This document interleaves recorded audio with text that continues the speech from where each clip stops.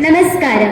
ഇന്ന് ജൂൺ 19 വായനാ ദിനം. വായനയുടെയും അറിവിന്റെയും ലോകത്തേക്ക് നമ്മെ കൈപിടിച്ചുയർത്തിയ ശ്രീ PN പണിക്കരുടെ ജന്മദിനം.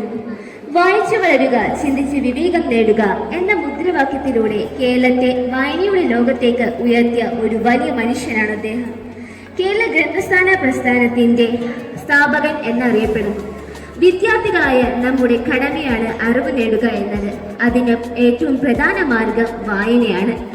നമുക്ക് പുസ്തകങ്ങളോട് ചങ്ങാത്തം കൂടി നമ്മുടെ മാനസികവും ബുദ്ധിപരവും ധാർമ്മിക മൂല്യങ്ങളെ വികസിപ്പിക്കാം.